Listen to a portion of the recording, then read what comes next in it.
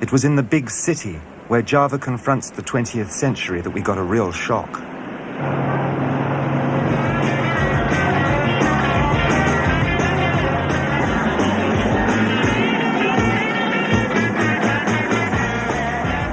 Lorne was suffering from a bad eye infection at the time, a cameraman's cause for panic.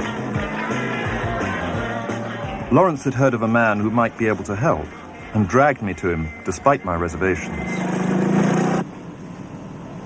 Is it in? Yes. Good Lord. You just relax and enjoy, Lord. He uses acupuncture needles in the traditional points, but with a twist. Through them, he directs a form of electricity, as he calls it. But he doesn't draw the electricity from a wall socket. He claims to generate it within his own body.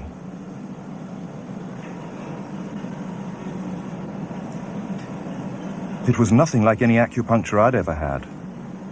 I was getting really powerful electric shocks and couldn't control my movements at all.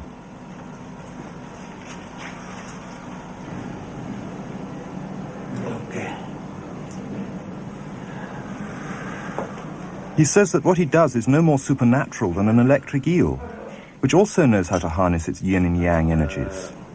Yin yang, positive and negative, you know. And my positive from here and my negative from here. And we meet together, this can get like electricity. And is this because you're special? You have a special sort of it's meditation every day. It's meditation, does it? Meditation every day. Like a yoga. But I study about 18 years. 18 years? 18 years, from my child before. Can you project this energy through your hands only, or through other things as well? Only my hands. Only your hands. Like you can touch me, like this. It's nothing, okay? It's my burn. Just like this. Our sound recordist, Simi, was skeptical at first.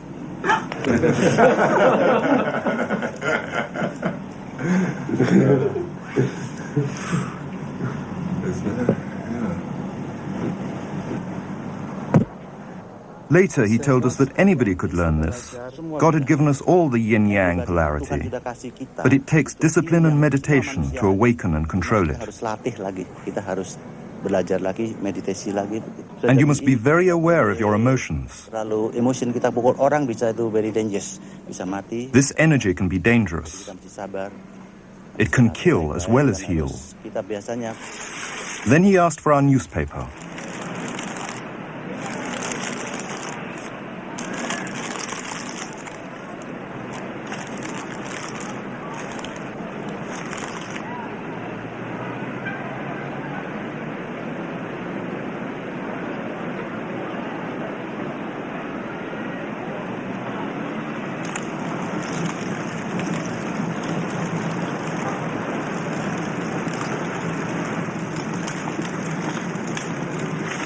Whatever he had done to our newspaper, it's how he'd healed my eyes that made me wonder. What do these people living in the shadows of the volcanoes still know that we of the West have forgotten?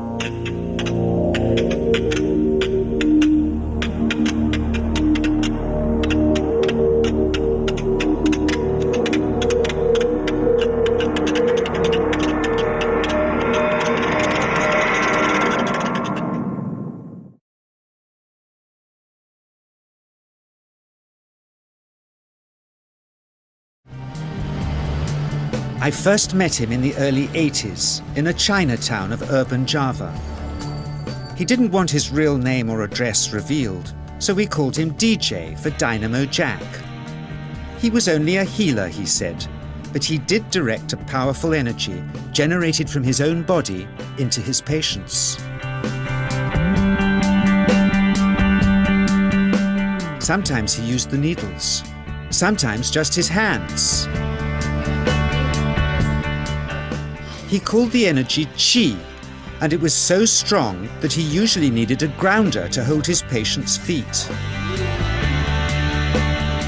For years, we followed him around Java on his healing rounds, pleading to be allowed to film him, but he always refused.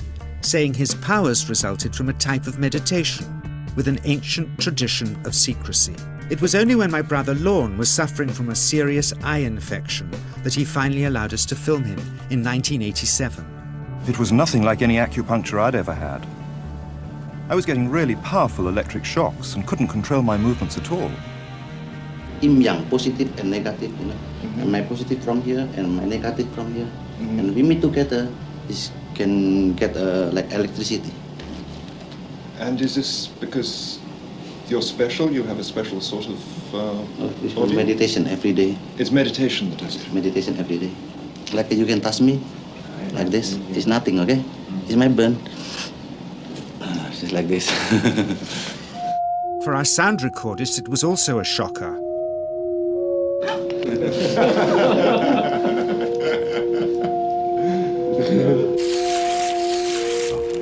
He then took our newspaper outside and showed us how qi can also be used to set things on fire.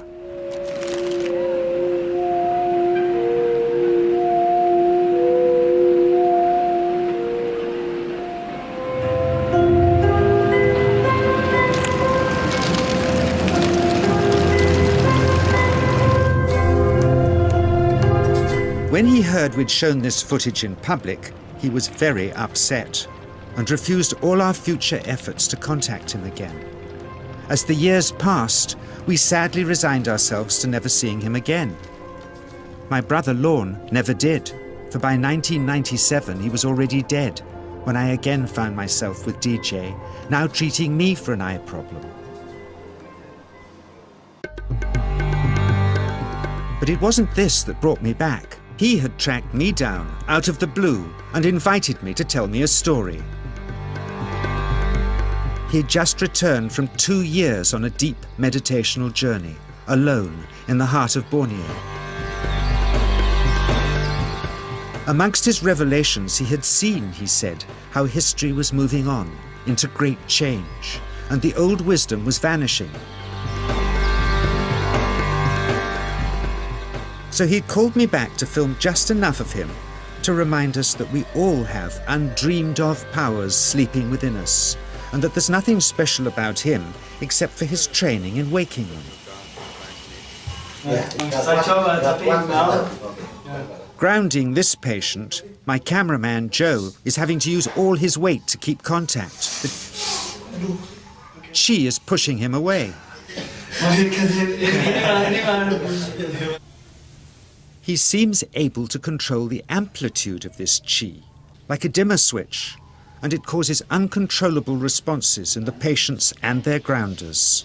I can barely keep my hand on you. It wants to fly off. The electricity is so strong. This mother unwittingly grounds her child. He won't sit still, so she's asked to hold him and grin and bear it. Sometimes signs of this passing energy can be seen in the transmitter too. This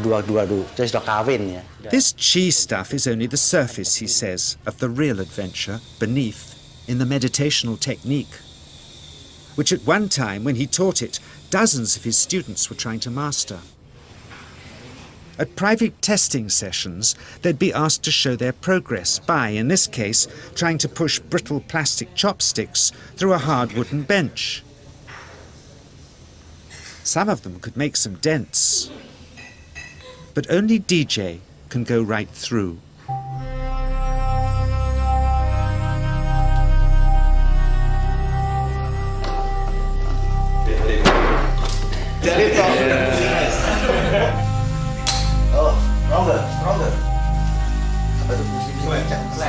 An easier test of projecting qi through the palm of the hand, he says, is by smashing the contents out of an unopened bottle. Yes, sir.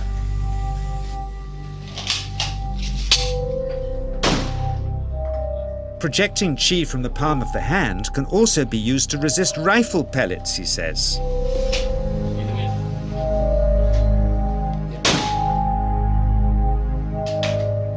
First, you learn to distinguish between yin and yang qi in your body. Then, how to pool it in your navel chakra. then how to project it, he says. And it's the proportionate mixture between yin and yang which accounts for different effects, like pulling or pushing objects or igniting them.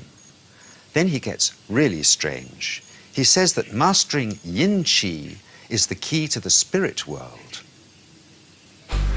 There's a long tradition of Indonesian krisis being possessed by spirits. So people bring him their krisis to see if they're duds.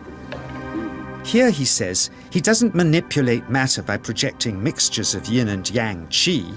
He merely creates a field of yin energy in which, he says, if there's a spirit, it can manifest itself.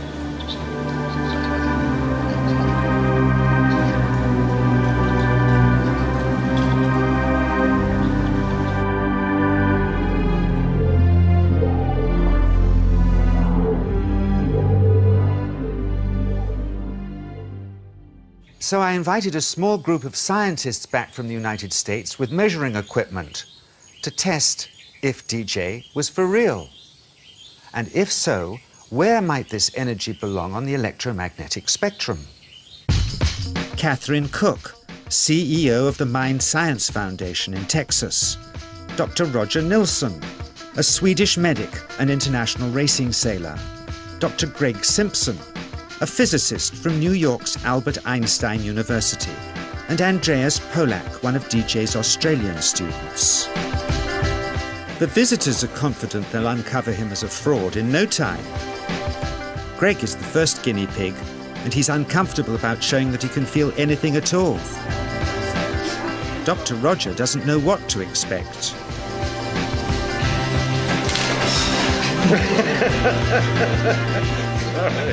Out comes the metal detector, like the things they use in airports, to see if he has any concealed metal in his body. Then the voltmeter, to try and measure the qi. But how to get it to work? Where's the ground? What settings? DJ suggests that as his negative is his perineum, and his positive is his navel chakra, perhaps that's where the electrode should be attached. He doesn't stand on his dignity. He's eager to help, but still no readings. They're getting shocks off his arm, and now they're on the right settings, but the needle still isn't moving. DJ says it isn't electricity, it's qi. It's 1, 2, up, I feel it in my whole body. I feel it at 3, 0.3, I feel it in my legs. Shit, But suspecting there's some tricky setup on his premises they can't find, they insist we all go to a randomly chosen hotel room several miles away to see if he can light a light bulb with his fingers. It doesn't ground on the wall. So Greg holds and grounds one wire, while DJ pumps qi through the other.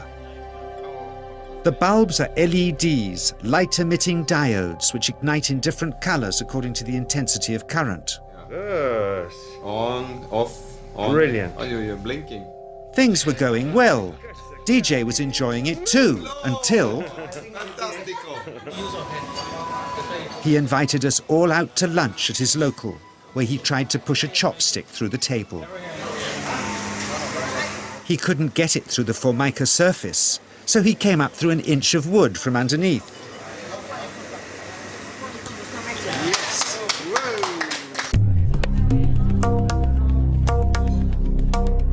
Not only did he draw his own blood, but a chopstick splinter had caught Alison here between the eyes, drawing more.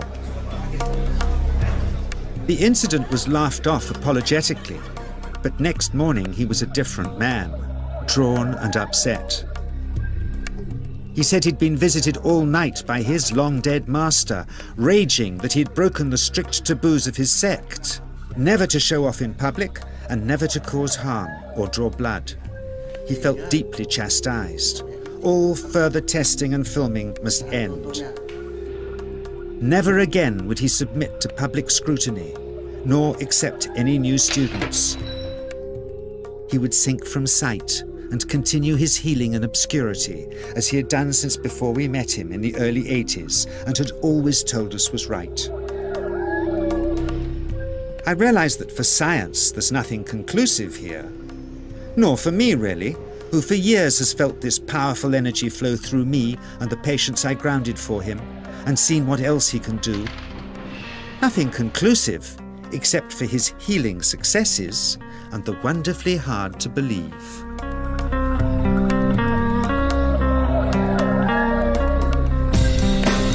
Is this just the tip of the iceberg of powers we've always dreamed we possessed hidden within us? When we look for ourselves, is it somewhere here?